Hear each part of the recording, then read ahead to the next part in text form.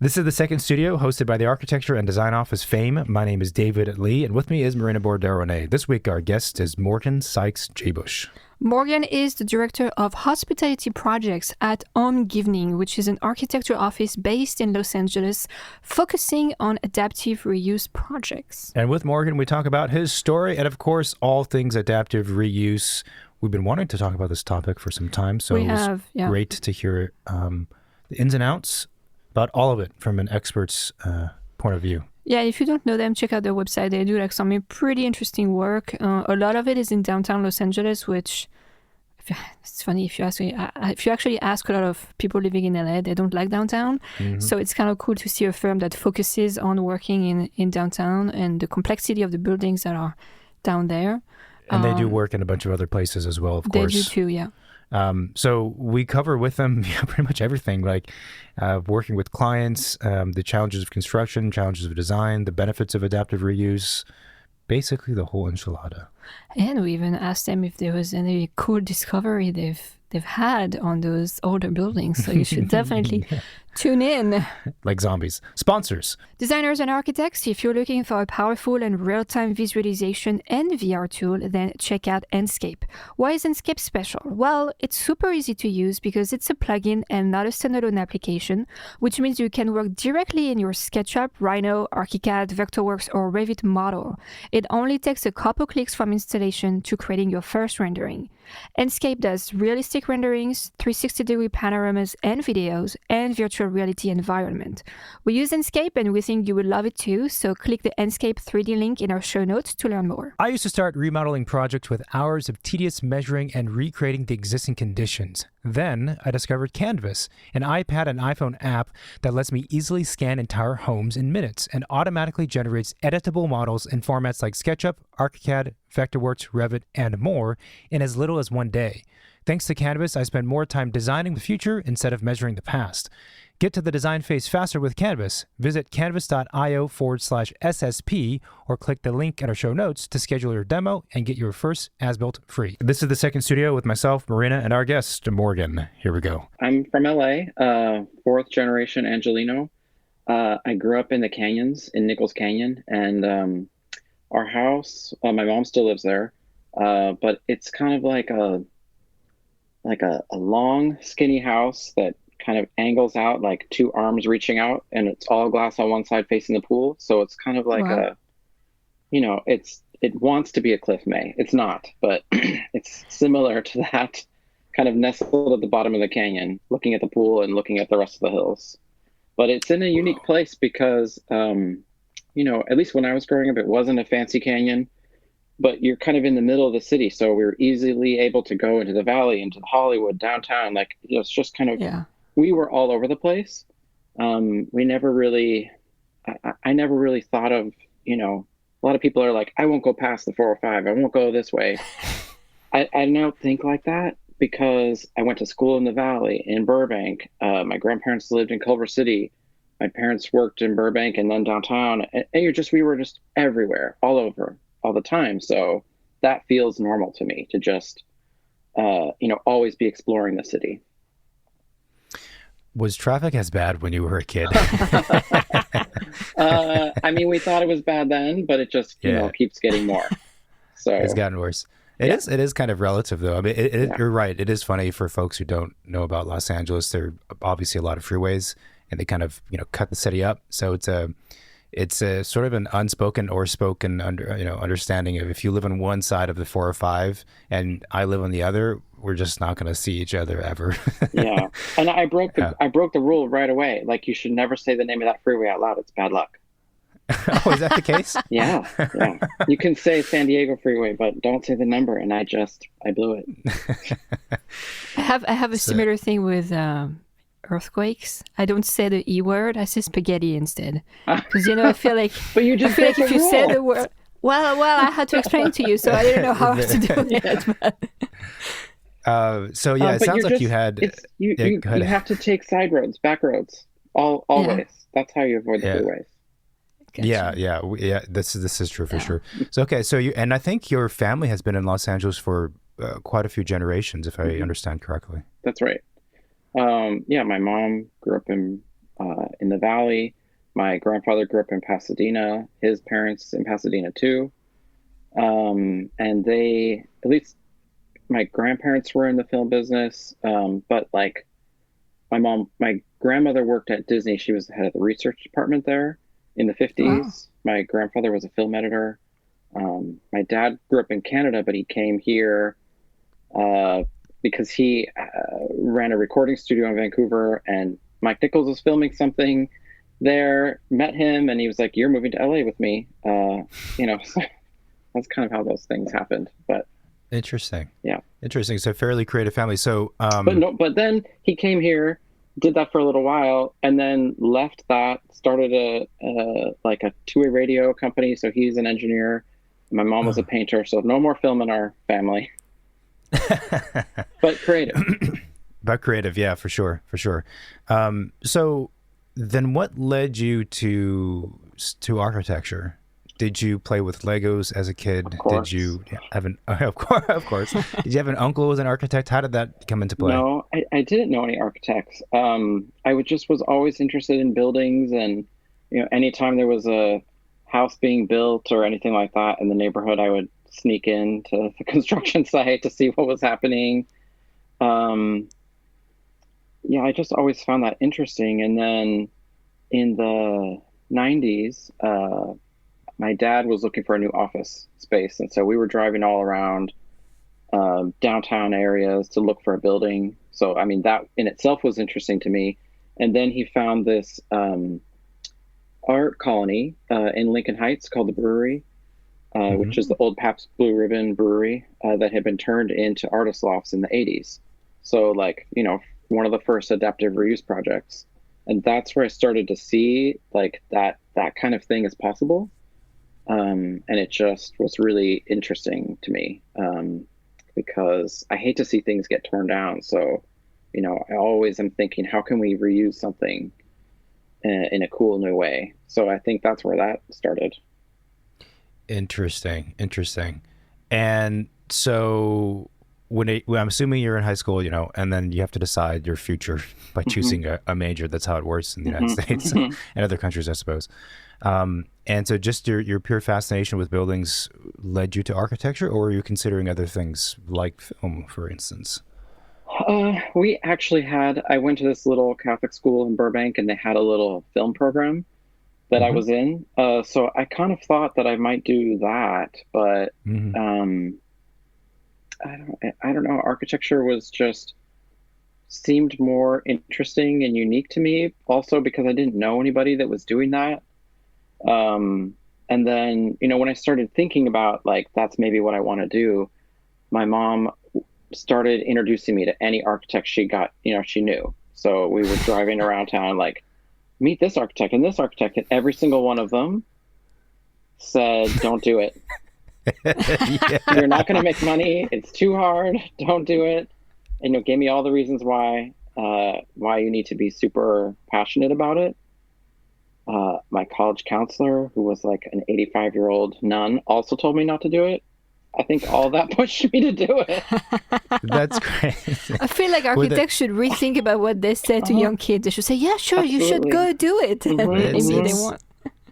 But I think that's the punchline that we were expecting. Because this is a while ago now, but were the architects serious, or were they saying it kind of jokingly and saying, you should do what you want to do? It felt serious to me. I don't know. Yeah. I was, 16. So I have a friend that just started teaching at Cal Poly, and she was talking about this exact thing, because she was like, I want to inspire them, but I also want them to understand. Yeah. So I told her this story, and I was like, there has to be a better way to communicate the same information without saying it like that. Yeah. I don't know that we have a solution, but... Yeah, exactly. It's tough. I mean, on occasion, not to go too far on a tangent, but, folks reach out to us through the show, and sometimes we get contacted by folks who are high schoolers, which is a very weird thought that there's a 14-year-old listening to the show. But they reach out and they ask, I'm very interested in architecture, and they're a kid, right? And they want to pursue it, and they're asking for advice, and that's one situation. Other times we have people who are older, or, probably already should be in college at that kind of age, and they're thinking of doing community college or thinking of going to college. They want to know about architecture as a career. And in those cases, I'm a bit more nervous because I don't know their situation. You know, if you're 24, you could have a kid, you could have, you know, quote, real responsibilities. And at that point, that's usually when I say, okay, these are all the great things, but also be mindful. It's not, sometimes people think that architects are It's not like what you see in the movies. You know? Yeah, exactly. Yeah. Or like we're attorneys, or someone said to me recently, like, oh, you must fly first class everywhere because you're an architect. I'm like, what? I'm like, you know how expensive first class is? Like, you crazy? So I don't know. Yeah, I mean, I often think if they taught us in school what we actually do, would we have stayed? But also, it would have been helpful. There's so much that they don't teach us, just about how to run a business. But then at the same time, it's like, it's such a great and broad education, teaching you how to think in a different way. I think it's a great education, and you could go do anything after that. Yeah, I agree with that. I mean, I don't know about you, but we've had so many friends who studied architecture, practiced for a little bit, and then they pivot to something else, and they're doing extremely well in whatever job they land in. Yeah, absolutely. And I mean, don't you think about that same move yourself every day? Well, now that you mentioned it. There are easier paths for sure. So high school, and then I didn't know this, but you went to Cal Poly SLO. Yes. Mm-hmm. Did you? I did as well, but I had no idea you did. Did you consider other schools? Did you consider going out of state? It was Cal Poly SLO kind of the obvious choice. Yeah, I didn't really consider going out of state. That was mainly because, I mean, my parents both had their own businesses, so we never moved, but I went to 7 different schools, and that was like, we could afford that private school. Oh, we can't afford that anymore. And just, you know, hopping back and forth. So it needed to be an affordable choice. Yeah. I mean, that was honestly my top choice. And I applied to a few other places. I didn't hear back from San Luis, but somehow I got accepted to Pomona, which I didn't apply to. Anyway, I just kind of waited, and it happened. So I lucked out, and it was a great place to go, especially coming from a big city to all of a sudden be put into like a real small town. I mean, it's 30,000 people. It's not that small, but for me it was. And I mean, they sent me to Italy for my 4th year. Like, it was great. That's interesting, actually. Yeah, you kind of like did the reverse. I feel like a lot of maybe like I did the opposite, right? In France, I'm from a small town, and I went to Paris to school, and like you kind of did the opposite. You went from the big city to the small town, which I think in whichever order, like they're an interesting thing to experience because they really put you in like 2 different contexts and make you understand, you know, the urban fabric in a very different way. Yes, exactly. It was interesting, and it's also easier to really tackle on your own, to explore everything, literally everything. You know, it's stifling in other ways because it's a small town, but it also made us focus on work because there wasn't a lot of distraction. So you know, our year worked really hard. Yeah, I could see that. I could definitely see that. I experienced some of that too. It's a good place to either work or just hang out with all your friends downtown. Yeah, that is the one thing I do kind of miss. They called us the party year but we were like, yes, we party, but we work hard too. We do both. That sounds like an architect major right there to me. Yeah, work hard, party hard. What was Italy like? Had you been abroad at that point in time before? Had you been to Italy before?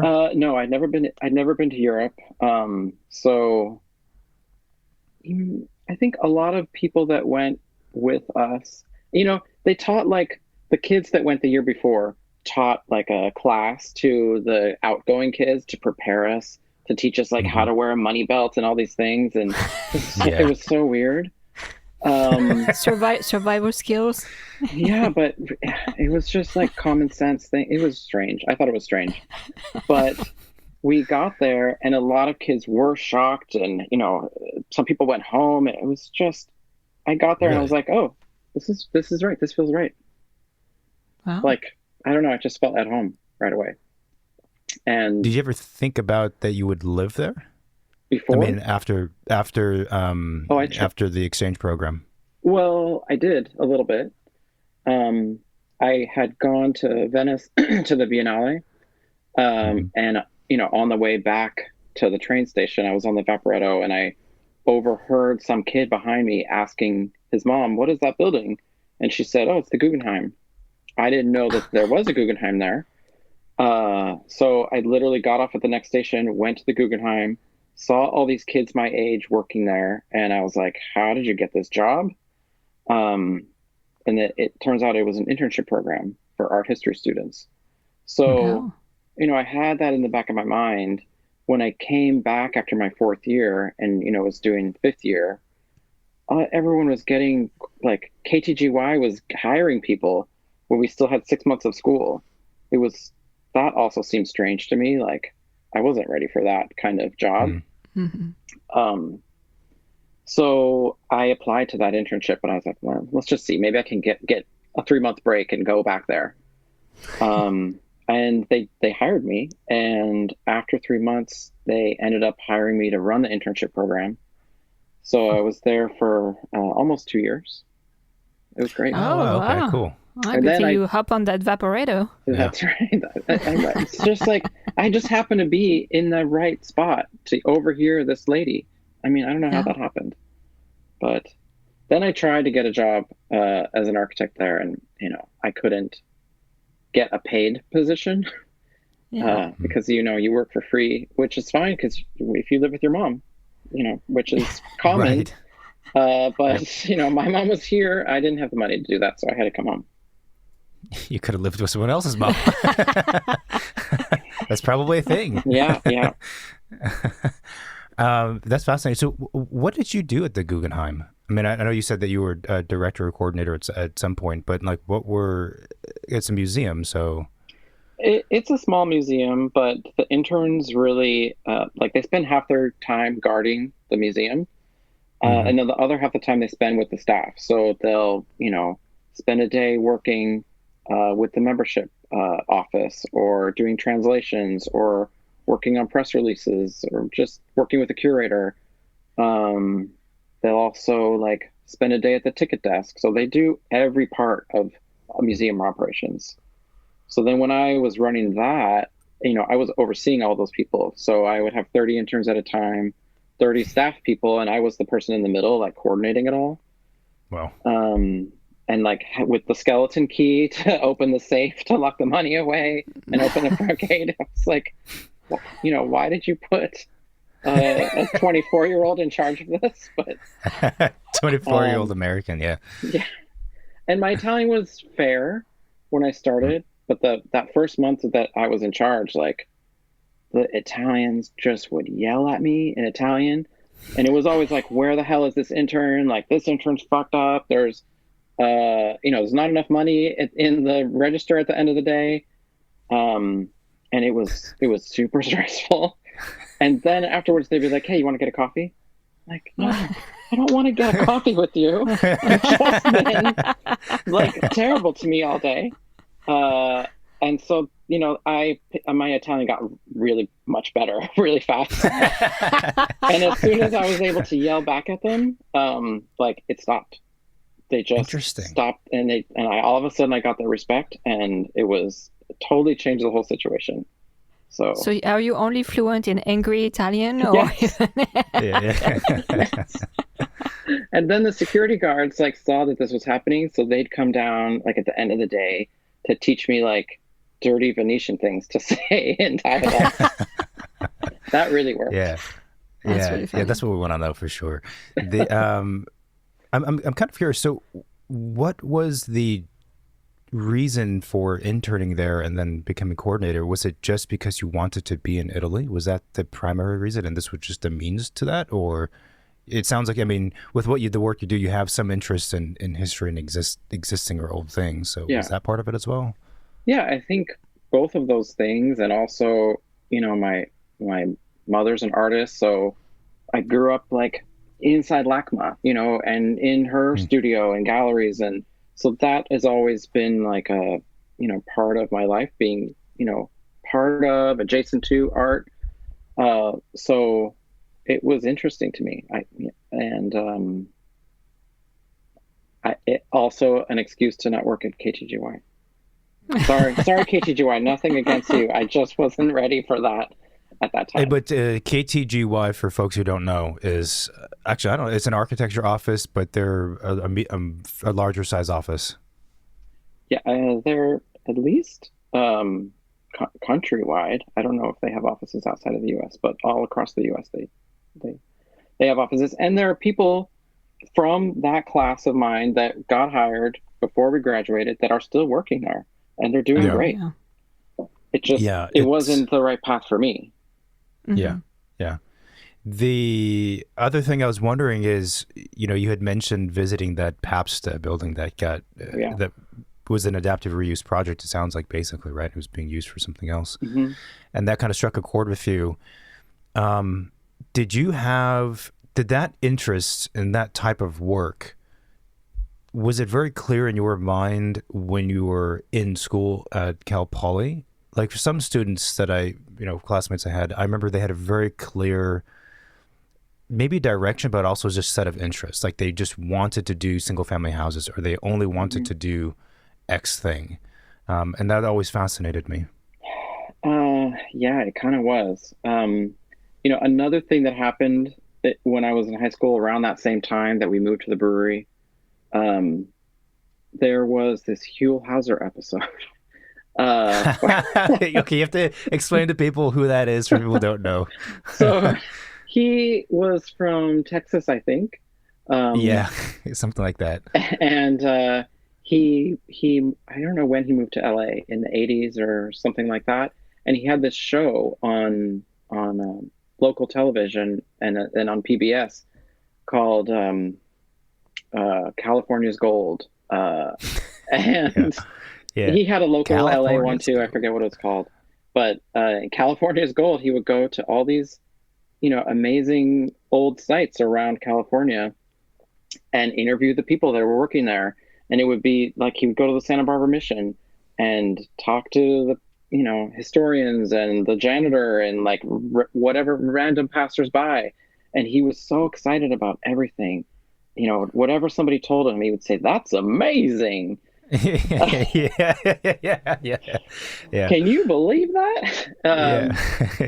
So there was an episode where he went to Long Beach, to the old Naval Yard that was designed by Paul Williams, and they were about to tear it down. So he was talking to historians and people at the Naval Yard, and just the same kind of thing. And he was trying to figure out how to stop it from happening. So then he had, like, I don't remember exactly how it happened, but he just like turned to the camera and he was like, next Saturday or whenever it was, he tried to get everybody to come, like a whole bunch of people to come down to the Naval Yard to tour it and show, I guess, the Navy that it was an important resource that we shouldn't tear down and we could find another use for it. So I got my mom to drive me down there. We went to that and got to tour it. And they did tear it down in the end. So I think that's when I started thinking, like, we could have made something cool out of that. And they tore it down, and it's just container yard now. Yeah, pretty senseless. Yeah. Sad. That's the Huell Hauser reference is fantastic. I mean, anyone who's from California is gonna know, from our generation or older, will know who that is. I'm gonna have to watch that. Oh, it's great. Absolutely. He has this pretty thick Southern accent. And as a kid, it didn't ever really occur to me that he's not a Californian. I don't know why it didn't occur to me, but just a soft, very nice to the ears kind of accent. I kind of miss that because, you have someone who's not from California. He's from what would typically be like a red state. And he would just tour. And like you said, he was always super thrilled to talk to whoever it was. It just got you thrilled excited about the thing. Yeah, I know. And it was just like positivity, which seems to be hard to come by these days. Yeah. So that was a great show for sure. I mean, I think when you look at that, like, I was putting the pieces together without really realizing it, right? Yeah. And I did meet him a couple times, and I never told him that. I wish I had told him that. But you met Huell Hauser? yeah. What? I met him twice. I got to give him a tour of a building that I worked on, an adaptive reuse project downtown. Oh, wow. And when he shakes your hand, it's like your arm is going like this. But he was so nice, and he thought what I did was amazing. But I wish I had told him that. I mean, it would have been nice to tell him, but that's okay. Yeah. I'm gonna guess he's not around anymore. No, he passed away a few years ago. Gotcha. That was a really good. Well, you could pick up pick up where he left off and start your own show. And, maybe. That's actually really remarkable. Just this dumb question. Did you get his signature? His autograph? No, I did not. I would have asked for his autograph. I know. Did you get a selfie with him? No, but I grew up in Hollywood, and you're trained to don't talk to people. Let them live their life. My first job, I worked at a wine shop on Sunset Boulevard, and I did delivery. So, I would be delivering to some random person and then a celebrity's house. And then, you just had to act like it was normal. So right. It's ingrained in me. So you finished Cal Poly in 2003, I think. Mm-hmm. And then you end up, what happens right afterward? Or you worked for a few years, obviously, in Italy. We talked about that. And then when you come back, you end up working at Omgivning, which is where you're at currently, or no? Yes, but actually, going back to your question about did I know that that's what I wanted to do in school, I was interested in that. Then living in Florence, I saw how Europeans treat old buildings differently than we do. We tear things down all the time. Sorry, I spoke over you. In what sense do they treat them differently? Well, we tear things down all the time, and they don't do that. But they also don't necessarily preserve it exactly the year that it was built, like a house museum. They find new uses and do cool additions, and are able to do something great out of something old that isn't just 100% preservation, right? Mm-hmm. So I thought that was interesting, that kind of mix between old and new. So then when I came back for my 5th year thesis, I did a project like that downtown. And because I was doing it in downtown LA, I was doing research. I started reading the downtown news, driving up and down between San Luis and LA. And I found an article about these architects that were doing adaptive reuse in LA, Kilifer Fleming. So I started following them. There wasn't social media, so I just was following articles and things. So then when I came back from Venice and was ready to look for a job, my mom had they have an open studio event at the brewery. So which was called the Brewery Art Walk. So at Brewery Art Walk, I was there helping her, and Wade Kilifer and Barbara Fleming just happened to come by.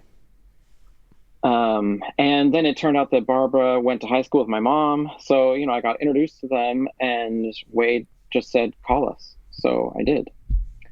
So then I worked that's the only place I interviewed because I had been wanting to work there.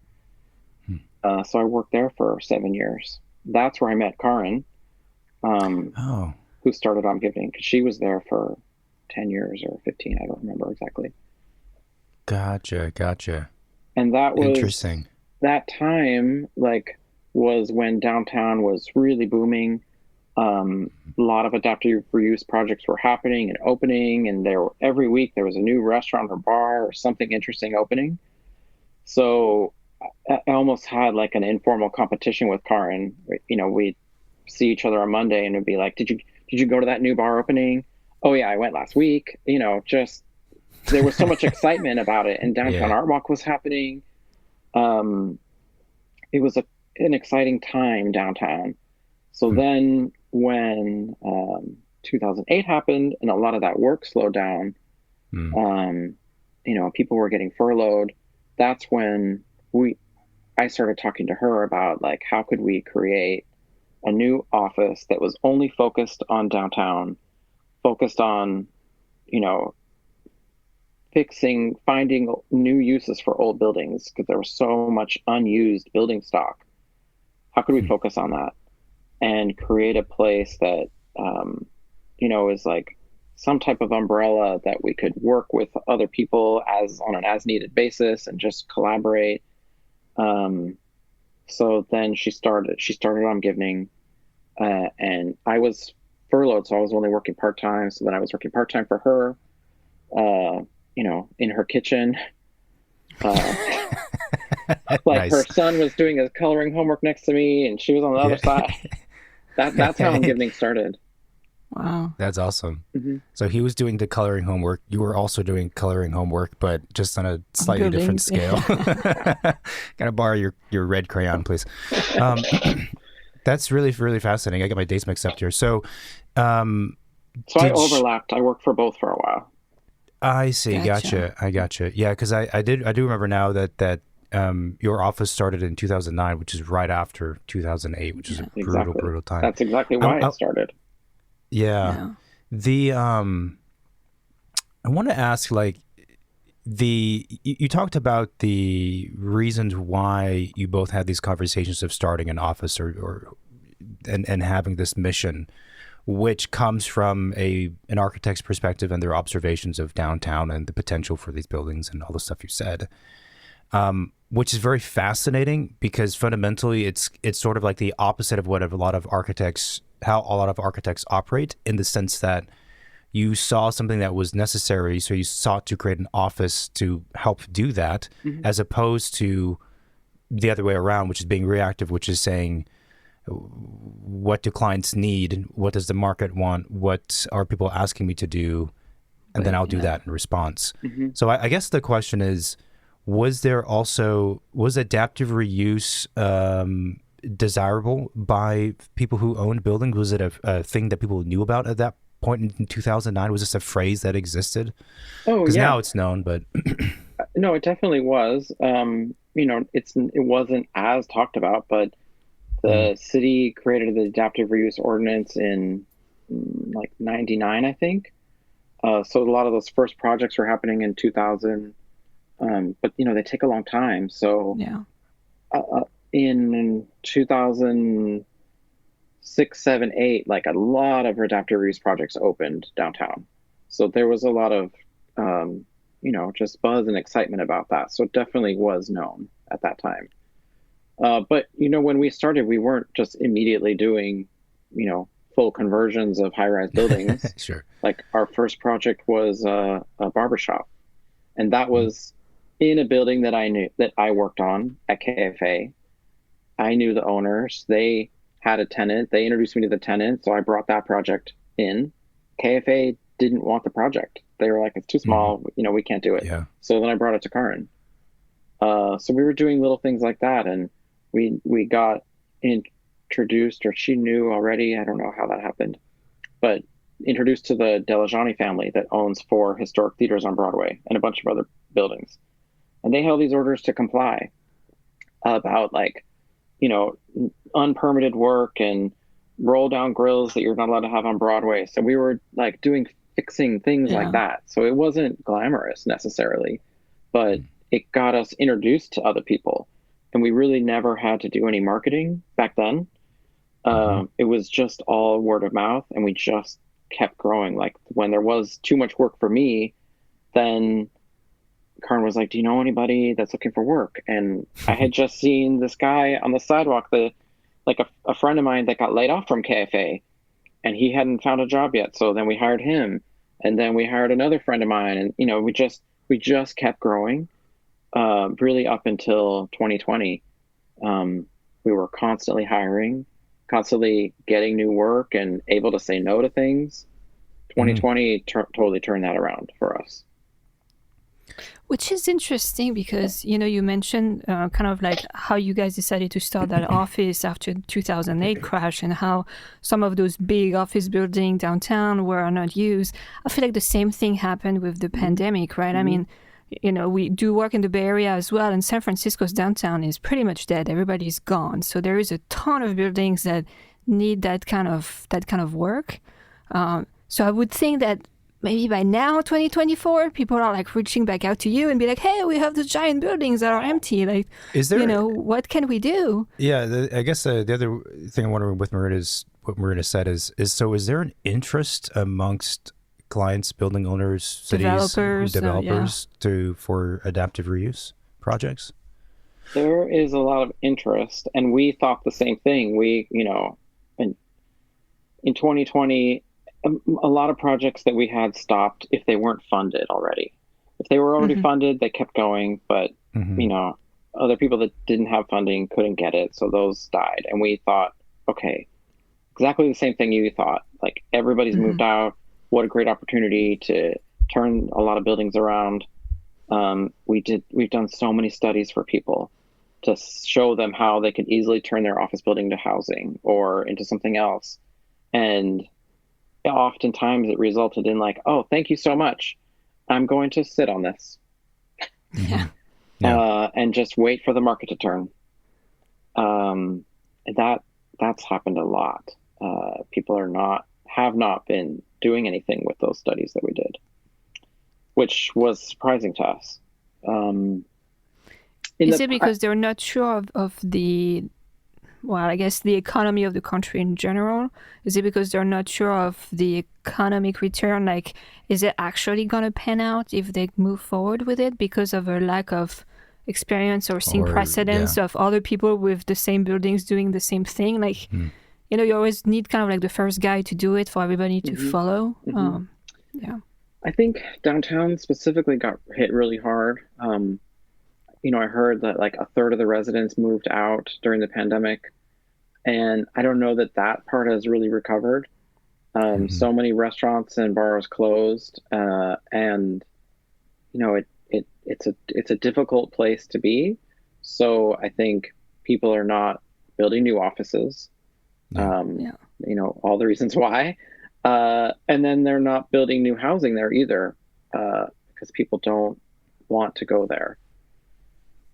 Or at least that's what people think. I mean, honestly, even us, our office was downtown for 13 years, and we left downtown too.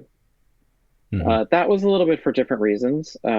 We were trying to buy a building for a long time so that we could do, what we do, but for ourselves. And we couldn't afford to buy anything downtown. So we bought a building in Chinatown. So adjacent. Also, like, for me, it really felt like it's so close to the brewery, to downtown. It's just, it felt like the right spot. And that we could talk about separately, but that, even for us being so focused and in love with downtown for so long, it was hard to make that decision to leave and to see things close down. And I don't think we're unique in that. Yeah. The cost factor is a very real one for small businesses or businesses who don't have just a lot of cash to buy properties in downtown areas. But it's tough, right? It's a lot of the city centers in California and probably across the United States are suffering as a result of the pandemic, and it's this game of the people don't want to be there because the program is not there, the storefronts are shut down, and then the developers and owners don't want to do anything because no one's there. So it's like, but someone's got to make the first step here. Exactly. There's got to be some serious incentives. I don't know. And now a quick break to thank the sponsors who support the second studio. Hey, architects, would you like to get your as-built faster? Of course you would. Well, IPX has you covered. IPX lets you seamlessly transform your laser scans into LOD 300 BIM and CAD files. Whether you've got your 3D scans already or you need a full laser scanning service, IPX offers instant pricing and order tracking for scan to BIM services on any project, no matter the size or complexity. Once a building scan is complete, IPX delivers detailed BIM, CAD, 360-degree virtual tours, and material takeoffs in their platform where you can view, share, export, query, and quantify areas, floors, and materials. Check out the IPX link in our show notes. The Second Studio podcast is sponsored by Autodesk. Do you know about Autodesk Forma? Available standalone or as part of their AEC collection software bundle, it's a specialized AI-assisted 3D design tool that can transform early project planning. With Former, you can rapidly model multiple massing options at the start of your projects and analyze the embodied carbon costs of different volumes, layouts, and material choices. You can then deepen your understanding of your sites by incorporating real-world contextual data for daylight, wind, noise, and more. Start your projects right with Autodesk Forma. Check out the link in our show notes to learn more. If you're an interior designer, you need to check out Programma. Programma is the all-in-one project management software designed to streamline the entire design process. Its cloud-based specification schedules are always up to date, minimizing double handling. This means you can spend less time switching between tools and more time designing. Click the Programma link in our episode notes and use the code SECONDSTUDIO at checkout to save 25% on an annual subscription and enjoy exploring all of the other tools Programma offers. I was also wondering, so when we talk about adaptive reuse, and let's say we're thinking specifically about the downtown LA region, what are those projects? Like, what kind of buildings are we looking at, and what are they being converted to? Are they offices to houses, houses to offices? I don't know, offices to retail? Like, what is the program? I mean, it's a lot. Mostly offices to housing, some offices to hotels. That's more of what I do on the hotel side, just because we, had a lot of projects, so we had to kind of, split things off into people that have some more expertise. But mostly housing, I would say. But, all of those buildings are really mixed use. They're mostly 13-story buildings and ground floor retail. And then depends on the building. Everyone's a little bit different. There may be different uses in different parts of the building. Mostly housing. But, we're not only focused on downtown. We have been looking at properties and working all over the city, all over the region, I guess. Another thing that's happening, there's a new adaptive reuse ordinance that's going to be citywide. So the old ordinance was only for downtown and also Hollywood, but like very specific neighborhoods. There's a new ordinance that's about to come out that's supposed to be citywide. So you can do this type of work anywhere. But it's been about to come out for like a year and a half.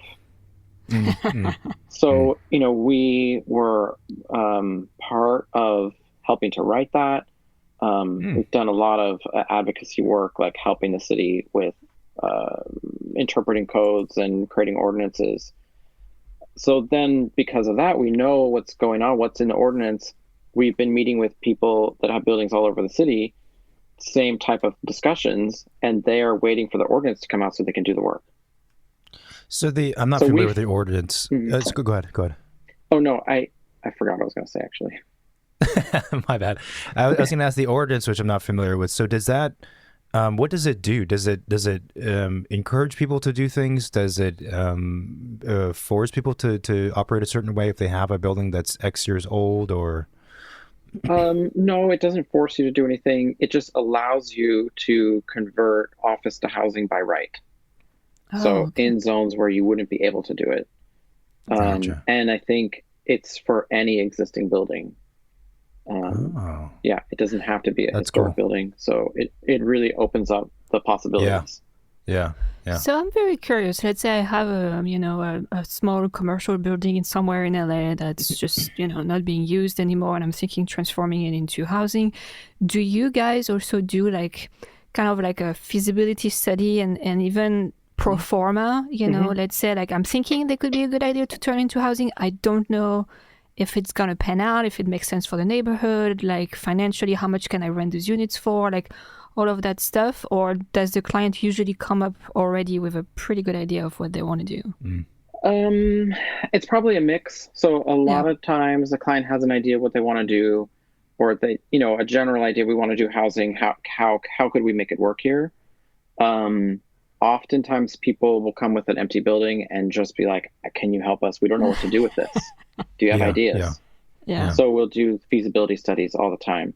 The financial pro forma, we don't really get that much involved in that. Yeah. But in terms of the architectural part and what you're allowed to do, yes, all the time. And I also forgot to mention that adaptive reuse ordinance 2.0 is City of LA.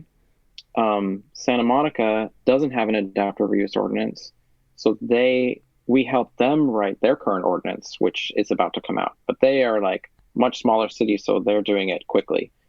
That will probably come out before LA's ordinance. It's really cool. It's really interesting. I guess one specific, adaptive reuse architecture question is that when we talk about converting an office space into a hospitality hotel or housing, the first thing that comes to mind is the issue of plumbing, because offices generally, their plumbing layout is completely different from what you need for a hotel and certain and for houses as well, and homes and units. So how does that work?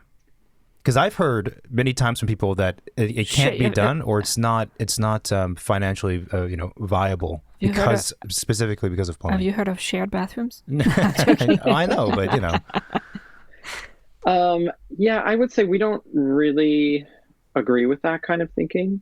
Yeah, I would assume that would be your answer. Yeah. I mean, anything's possible. But yes, it does require new plumbing because the building doesn't operate the same way. I mean, a lot of those office buildings have a central core with elevators and central restrooms, and you need to separate that out. But you can still be efficient with it and have all your restrooms stacked. I mean, just like you would in a new construction building. So it's not really challenging to do that. I think more challenging is deeper floor plates. Where you have really big buildings. But we have lots of solutions for that too. So I think most buildings, it's possible to, turn into housing. Whether it's financially viable, that really is dependent block by block. Like how much did you have to buy that building for? And what kind of rents you're going to be able to get in that neighborhood? And those are a lot of other factors that go beyond just the plumbing issues. Yeah. So those a really are definitely good point. issues. Yeah. We in a similar we don't do the type of work you do. We do houses mostly, but it's a lot of the same questions, not regarding the plumbing, but well, remodel versus new construction. It's always that's true for sure. People want to tear down, and sometimes like, we could probably reuse some of it, or think about it differently. I think it's a cultural thing. I mean, like you said, and maybe that's like the American dream, just kind of like build it from scratch or like build your own thing versus inherited something from someone else and building on top of that. It's a different mindset, but I could see that. Generally speaking, I could see that. So I guess taking a step back, here's a question I'm sure you have many answers to, is why is adaptive reuse valuable, important, and something that should be done? Well, there's lots of reasons. One is the carbon footprint, putting a whole, especially if it's a high-rise building, putting a whole building into the landfill, like that's a terrible thing on its own. But then there's also, historic reasons and neighborhood cultural reasons to try to keep some of our existing fabric, because it makes the place that we live richer. There's so many Type 5 buildings that are being built across the city that it's hard to tell the difference between a lot of them. And it makes, I think you kind of lose the uniqueness of different neighborhoods when there's so much of the same stock being built everywhere. And something else that's exciting to me is when you can take an old building that maybe everybody knows visually, but was not open to the public. Like I'm working on this Elks Lodge in MacArthur Park. That's this incredible 11-story, what's the style of the building? It's very like eclectic, strange, but interesting building. That was a men's club, like men's only club. And then it became, just like a nightclub, an event center, filming only. And lots of things we're doing to that building, but it's making it possible to be open to the public. so that everybody can go to that space. Similar thing. I'm working on this old craftsman house in Silver Lake that was used for 50, 60 years as a florist shop. And this Japanese family lived there and ran the florist shop. And so the neighborhood loves this. I just toured like the neighborhood council in the building this week, and they remember going there as kids and going to buy flowers, but they could only go to the front porch, and that was it. And now we're turning that into a hotel and restaurant bar with a pool open to the neighborhood. So like it's opening that up as a space that people remember, but they can also go and experience it forever now. So that's kind of a unique thing that is exciting to be doing. I think it's interesting too that the fact that you and your family are local to LA, and I think it probably contributes to the way that you see those buildings and the fabric of the city kind of change. Like, like what you just mentioned about this family and their businesses and the importance of that in the neighborhood. I think only people who care about the places they live in or they've lived in would probably pay attention to that. And I'm not sure that's a lot of architects, to be honest, because also people move a lot and are interested in different things, and things just starts to be exported, imported, and mixed among places. But I think despite that, the importance of creating that local place is very important. And thinking about things that are beyond just designing a building, but what it means in designing a building in this particular site and place is super important.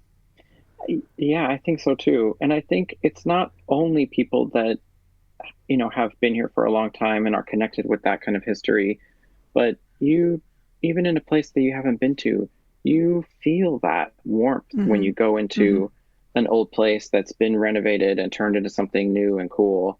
Like there's still a connection that you have with it that's different than going into a new construction building that's, beautiful, sleek concrete and is cold in some other ways. It doesn't mean that doesn't have a place too. This place is big enough for all of these things to happen.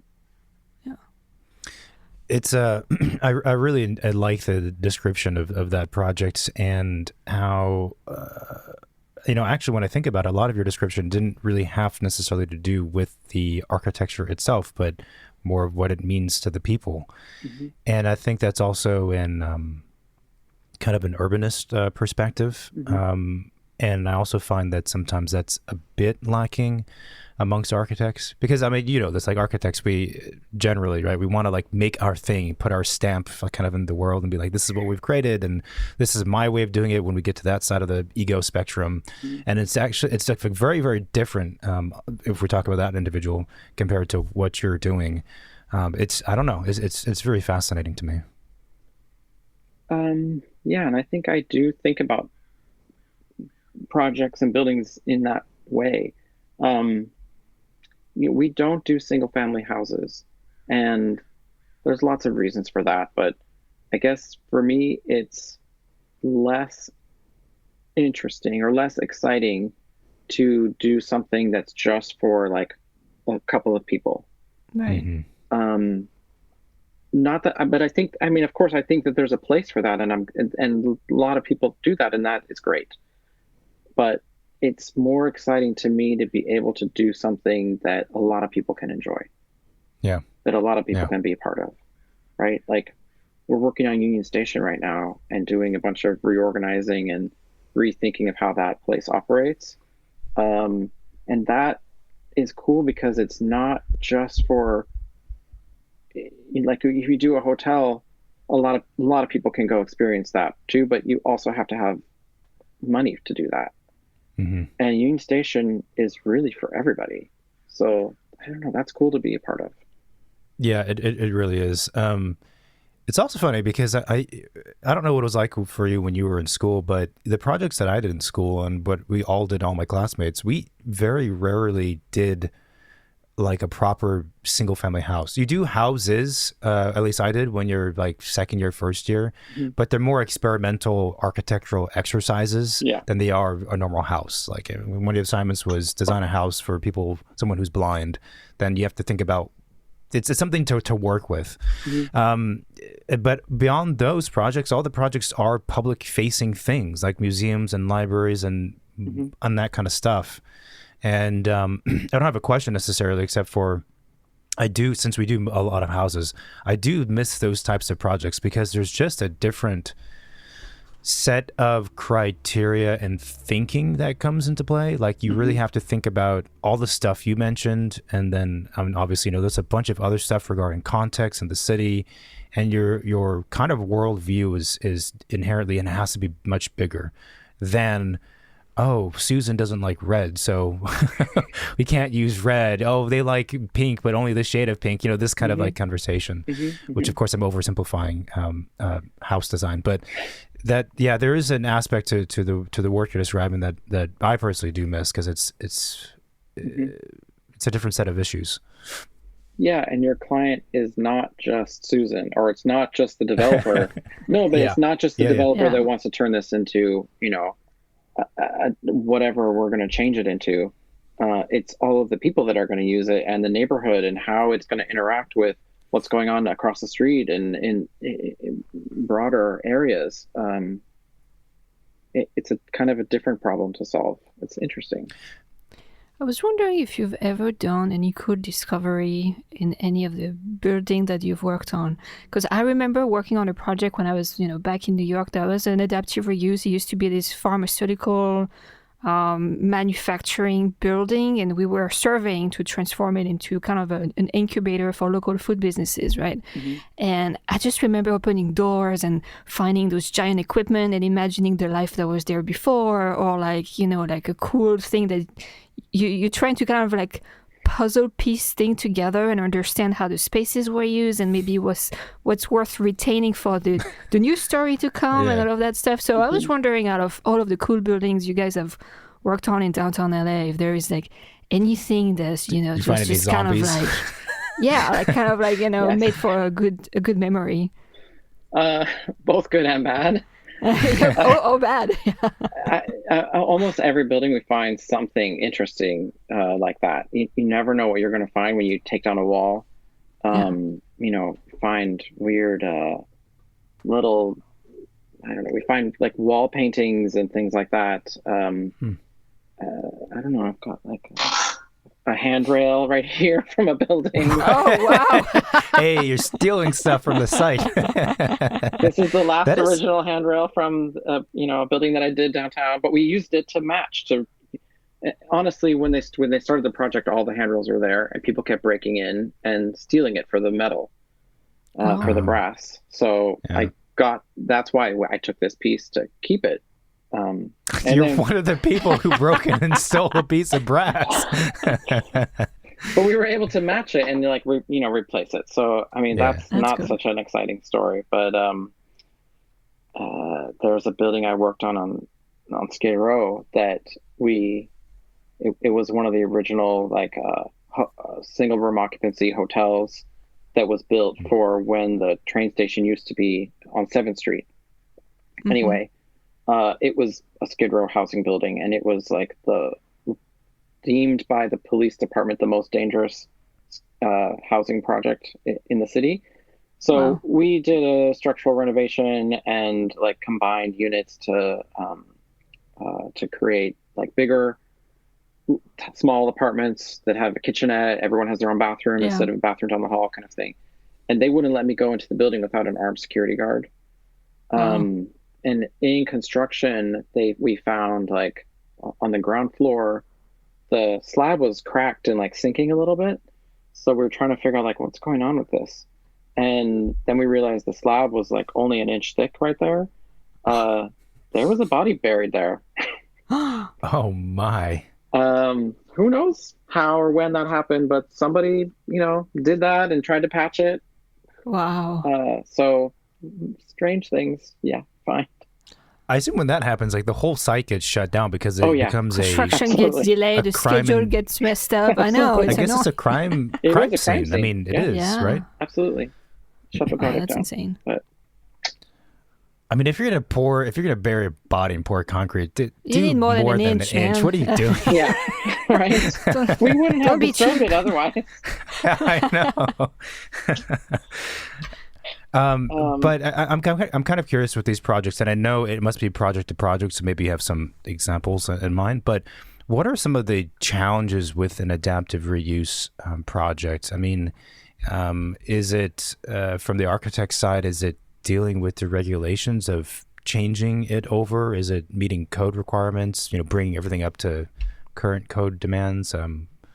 Yes, all of those things. All of that. Yeah, all those things.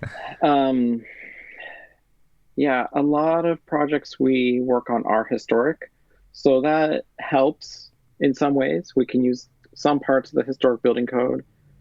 Honestly, the historic building code is not super helpful, but there are things that we can use from that. Like a lot of times the stairs, almost every time the stairs are not code compliant, right?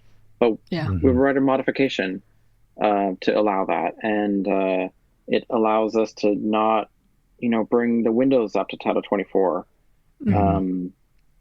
It allows us to use older versions of the mechanical code. There's a lot of challenges. A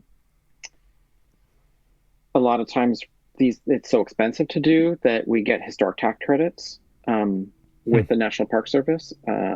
So that gives you like 20% of your construction costs back in tax credits. Wow. So then that's a whole... No, it's great. Especially if, some of these projects are $60 million. So it's not little. It's just, a big chunk. But then there's lots of things you have to be taking into account, like making sure that, this historic door frame with this plaster molding we're keeping intact, or removing it and putting it back. Those things are all possible. But just thinking about it all the way through. Do you guys have someone in your team in-house in the office that's kind of like a restoration expert for some of those types of repairs, or is it mostly... okay. You are. You're like the Mary Poppins of architects. That's very cool. So how does that work? I mean, it sounds like you got formal training into like historical preservation, so you just kind of like do research and understand how to repair and restore those types of detailing and things. Yes, and learning on the job. Because one of my first projects was a historic adaptive reuse conversion from office to housing. So I learned so much on that project. And often we'll have a historic consultant, but that person's doing more of like the writing of the documents to make it be a landmark, to get those tax credits. So Gotcha. I'm working with that person to write the language, but he or she is putting that part together, and then advising us on like, this is the right product to use to remove the paint off of the side of the building that is not going to damage the historic plaster or brick or things like that. So, with every project you learn something new, and then I think I'm at 15 projects that I'm working on right now, but it's, I have a team for all those projects. So then I'm trying to train all of my people, what's the right thing to do. And, so I'm just like this, destination for questions. So whether I know the right answer or, I don't always remember every single thing, but I'll remember like, oh, we dealt with that at the proper hotel. Talk to Jonathan. I know he's got the answer. He'll remember that part of it. So connecting all these people together. And then we've worked with a lot of restoration contractors too, and have had good and bad experiences with different ones. So that we're also doing, advising the general contractor, like, we'd recommend these couple people. We didn't have a great experience with those people, that kind of thing. So just trying to like guide everybody all the time. So how large is your office? I mean, to say, how many employees do you have? I think we're 18 right now. Okay, yeah, you guys are a good size. Yeah, Yeah. we were about 39 in Whoa. 2020. Wow. So we had a lot of changes in the past few years. Yeah. Do you obviously when you're forced to downsize, it's not a great thing. But that aside, I'm wondering, do you personally prefer being in a studio of 18 to 24, like that kind of body, versus one that's closer to 40? Because there's super different work environments. It is very different. I don't know that I know the answer. When we were 39, we were busting at the seams in our office. We were Hmm. all on top of each other, and it was hard. It was hard to have a personal connection with everybody. Yeah. So when we were more in the 20s range, and you know, we were like really great team, and we did lots of things together. We were around each other. I planned all sorts of events, outings, and things like that to keep that kind of energy going. So those were good numbers. I think when you get bigger, it's harder to maintain that. And now different challenge. It's harder to maintain that when not everyone's working in the office all the time. Yeah. Oh yeah, right. I forgot. I forgot Yeah. about that. Yeah. So are you guys on a hybrid? Mhm. What do you call it? Work structure? Yeah. We did that, obviously we did that in COVID. We went to 100% at home. For me, that was hard because I went from like being crowded by too many people to being 100% alone. So I think, I prefer the hybrid version. I've been in, a couple different architects roundtables where people were talking about this and heard a lot of people saying that they really couldn't work with the hybrid method. They needed people to be in person so they could make sure that they were working, so they could look over their shoulder to make sure that they were actually doing work. Yeah. Yeah. And that always felt strange to me too. Yeah. Like it's a little too controlling. Yeah. I know when people are not doing work, like it's not getting produced. You can tell. Yeah. Yeah. But I also don't care if you want to take a 2-hour break or go run errands or whatever you want to do. That is fine too, as long as the stuff's getting done. Yeah. And so, when things are not getting done, then you have conversations with that person, or you figure out maybe that's not the right fit. You would have to do that anyway, but without the policing, like looking over your shoulder, I think we realized we didn't need to be there 100%, but what we needed was places to meet, to collaborate with each other. So in our new office, it's actually the same square footage as our old office, but we have twice the meeting space. Cool. So that we could go there and gather. And then, I'm going on a tangent, but we also started a co-working company in our space that is specifically for people in our industry. So architects, branding companies, we have a developer there, an appliance rep. That's a little bit of a mix, but we wanted to have a place where people that have a small office or that want to be hybrid or, things like that, have a professional place to meet, to have meetings with each other, with clients, have a materials library that is managed by somebody else. And we plan events and things like that are for the industry. So to create that kind of destination that maybe you can't do just from working from home or from, a small office can't necessarily afford to do all those things. Yeah. That's awesome. I like that. And that last part in particular, I'm not familiar. Maybe there are other places like that, in California or beyond that are specifically for our industries.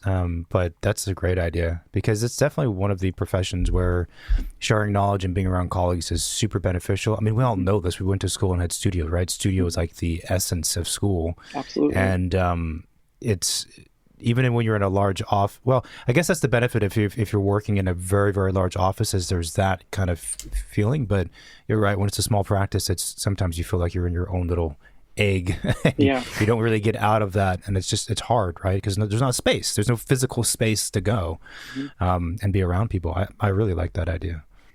I mean, and you get to talk about what you're doing, and you Yeah. always learn from people, and your ideas get better when you kind of bounce them off other people. Um, we also are able to talk about like how to collaborate with each other on potential other projects that, you know, we don't have experience, on paper with public projects, but there's another office that's using our space that does have that, but they don't have experience in existing buildings. So then we can collaborate together Yeah. on RFPs to go after projects together as a team. Yeah, that's great. That makes total sense. So Um, things like that as an example. yeah, yeah. Yeah, it's hard to make that happen on Zoom, Zoom has its limitations for Yeah. sure. Hmm. Hmm. Yeah, for sure it does. It's interesting. The policing aspect of having people in an office is a funny one. I mean, on one hand, I understand it, but at the same time, Totally. I think to your point, if you're having those problems, then you're going to have those problems anyway, or it probably highlights that maybe this isn't the right person to start with. Like if they Hmm. can't handle their own stuff. I mean, there's extremes, right? If if they live by themselves and they're in a tiny studio apartment, then there's other issues, that come with that kind of Yeah. environment and setup. But yeah, I think actually in a way the working remotely or in a hybrid schedule probably just revealed people's innate or how they would work, Hmm. and how much responsibility you can give them truly on their own. That's kind of the ultimate test. Hmm. Yeah. Hmm. I was I think wondering. it's not perfect. It's not a perfect solution, of course. Yeah. That's one of the things we're missing is, that camaraderie, Yeah. Yeah. which I think we had a great culture before that we're struggling to, bring back. It's not gone totally, but it is hard to get people to come in.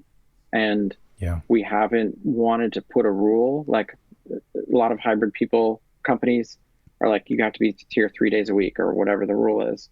We haven't Hmm. done that, but also partially because we haven't been able to pay people 100% of their salary for a lot of this Hmm. year. So, Hmm. it's hard to make a rule like that in that situation. Yeah, for Yeah. sure. Kind of an odd question, I suppose. Do you find that the people who work at your office are are they very much aligned with the mission of the office? Like, because you guys do such specific work, and clearly, the founder and yourself and the people that are higher up, let's say, are very, very passionate.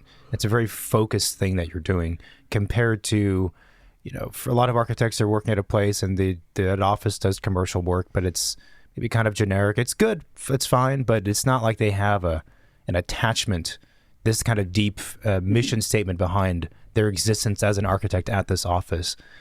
For you guys, though, is it different? Is everyone at the office like, going in the same direction? I think it's not black and white. I think Karn and I probably are the most aligned and the most passionate about this type of work. I think there's a varying spectrum of how passionate people are to, maybe the other side of why people work there is because it's a super interesting challenge, to work on this kind of puzzle piece that we work on. Mm-hmm. And I think, there's varying degrees of everyone in between that are super interested in the history or in the green possibilities or positives about that. There are few people in our office that really want to do new construction, and we do Mm-hmm. that sometimes. Often it's if there's an existing building on a larger site, so then we can Mm-hmm. rehabilitate that building and then develop the rest of the site. So we always are checking in with everybody. We've got like a lot of matrices about lots of things, but one of them Mm-hmm. is about people's interests and skills and knowledge. So then every time something new comes in, if there's a project that has a new construction component, we're like, oh, then let's make sure we put those two people on it because that's their passion. So we try to align things as we can where possible. Yeah. Yeah, I love it. That makes a lot of sense. I was also wondering, and we might have covered this already sort of, but when it comes to talking with clients about these types of projects, is it hard to convince someone who doesn't know anything about adaptive reuse that it's a worthwhile direction and path? Like, how does that conversation go? And this stems from a larger interest in just how architects speak with clients in general, because I do find that it's not easy for any type of project that we're talking about. But I was curious about Right. adaptive reuse. What that conversation is like. I think we don't have that many people coming to us that are wanting to tear their building down, and we're trying to convince them not to do it. Mm-hmm. That Maria's laughing at my question. Like, obviously, yes, that's true. That's true. That's Probably not a super good fit then, right? But We've done the research, I mean, we have some, a good amount of repeat clients, a lot of referrals, a lot of people coming to us because we have built some kind of name for ourselves in doing this kind of work. So not that many times are we having to have that conversation. Mm-hmm. Not all the time, though. Like, for example, a few years ago, we worked with the city of Santa Monica on the Santa Monica airport. And they specifically asked us to do a study of all their existing buildings at the airport because they're planning to turn the airport into a park. So they wanted to see, like, what buildings should we keep? What should we remove? Mm-hmm. And of course, our stance was, well, keep almost everything. They didn't agree with all of that, but there are some cool and really weird aircraft hangars. Like, there's one that's shaped like a 4-leaf clover that fits 4 planes, like, it in this weird way. And so we were proposing, like, that could become a cool cafe. That could become, this kind of creative office space. That was one of the harder, like, clients, I guess, to try to convince why they should keep it and not tear it down. Yeah. But mostly ever... that people are coming to us because they have something existing and they're trying to figure out what to do. Do you ever have the opposite where, you've looked at the building and really it doesn't make sense to keep it? Like, there's not much to salvage? Sometimes, and honestly, those kinds of buildings are also cool. Like, we love to take a shitty building and turn it into something cool. Especially if it's not designated historic, that gives you so much more possibility to do cool things. I often joke, like, I want to be the demo czar of the city of LA. To be like, you can't demo that, you can't demo that, you need to demo that, you need to demo that. Yeah. I'm good. I would vote for you. I'm good with that. There needs to be a demo czar, or maybe a committee of some sort. We actually have stickers here that says good architecture, bad architecture. So that could be, we could do a demo, non-demo one, and you can just go around LA and do that. That's not a bad idea. It's not a bad idea. Your earlier comment about the Type 5 construction, a lot of it looking kind of similar. I don't know. Were you envisioning the single-family houses, multifamily structures? Like, what were you envisioning when you said that? Oh, when I said that? I was talking about multifamily, like, the 5 to 7 stories over a concrete podium. And I did some of that work, too, at KFA. That was one of the other reasons that I wanted to join Karin, because I definitely learned on those projects. But I got bored. Yeah. It's brutal. I think now I'm very clearly imagining what you're describing. We're probably envisioning some of the same exact buildings, in fact. But there's a lot of those scattered throughout Southern California and even Northern California, sort of, but a lot of in Southern California. And I was joking with a friend a while ago that there's, kind of like 4 versions of that building. There's the box version where you put a big box around like 3 stories and you create boxes. You have like the ribbon version. Then you have, there's another like 2 that I'm forgetting. And that's kind of it. And some of them are good for sure. They're not groundbreaking, but for what they're doing, they make sense. But a lot of them are just super mediocre. Yeah. And it's brutal because we need housing and they're popping up. So that's good. But it's also like, what are we doing to the city? Just this generic repetition.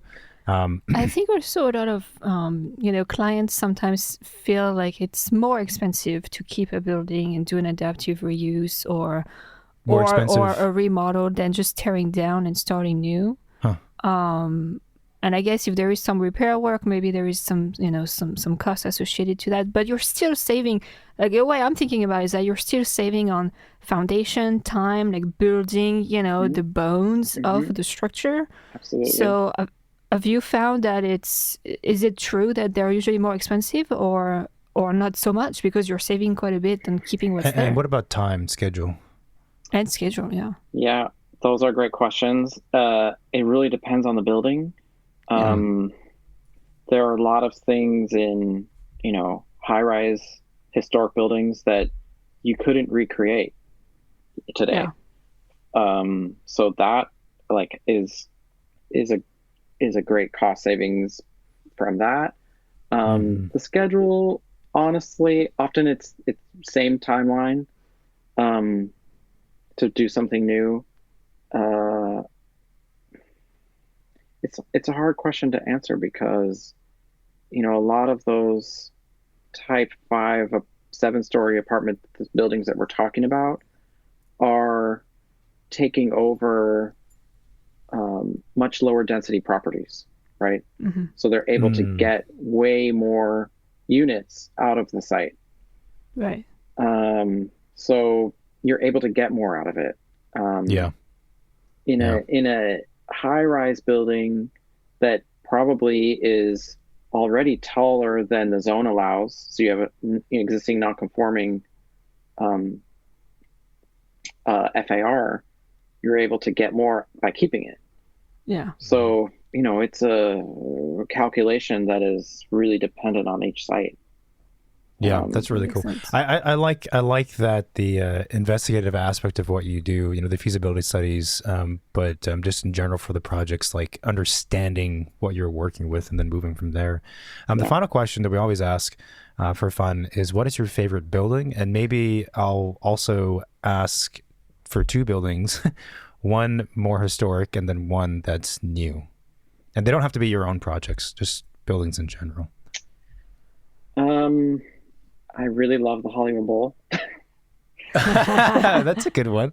I've not had that one before. Um, I love that place. And maybe part of that is because when I was a kid, that's where we would go buy our Christmas tree at the Hollywood Bowl parking lot, and then then we could run around, the seating area, and you could watch the orchestra rehearse during the day, and it's a place that if if you have a lot of money, you can get one of those boxes in the front and be right up close.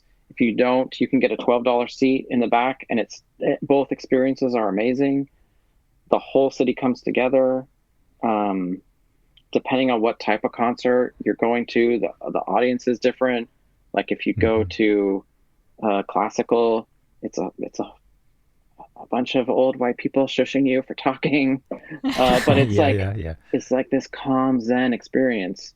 If you go to like a jazz and blues night, like everybody is sharing their food across the aisle to everyone else, and it's just like a great party. I don't know. That place is magical. Like it. That's a great one. And the building is so cool too. Um, I made a Halloween costume out of the Hollywood Bowl once. Uh, that's how much I like the building. Was the bowl the hat or was it a full body and okay, it was a hat. Yeah, it's like Oh my.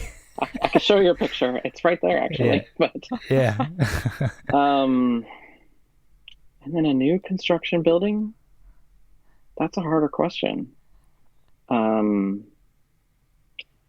I love Peter Zumthor and Mm, like the baths and Valls. That is mm, an incredible place. Mhm. Um, I also am so upset about LACMA because I loved those old buildings. I love the new idea. I love the idea of going across the street and like having that amorphous thing that you can drive under and be above. And I just hate that we had to tear the old building down to do that. So Mhm. I don't know. I'm conflicted with that, but Yeah. Nice. Love it. Morgan, this was great. Thanks so much for making the time and seeing how you are the person that everyone comes to for questions. That is why we're doing this recording on a Saturday morning, which is hardcore dedication from you. So it's much appreciated. And thanks for coming on the show. Thank you so much. yeah, thank you for having me. This was great. Thank you, everybody, for listening to this week's episode. If you like what we're doing, then please support the show by leaving a review of it in the Apple Podcast app. You can also find us on Spotify and YouTube, where you can subscribe, I think. I don't know if you can rate on those places, comment, share, etc., etc. Yeah, we're also on social media. Second Studio Pod is on Instagram. We have the website and we have the hotline 213-222-6950. You can send a text message, leave a voicemail if there is anything you want to share, any guest you want to see on the show, any topic you want us to talk about. Feel free to contact us and send your suggestions. Yeah, did we talk about Instagram and website? Yeah. We did? Okay, perfect. Yeah, you missed the train, man. All right, that's it. Talk soon. Thanks for listening. Bye. Bye-bye.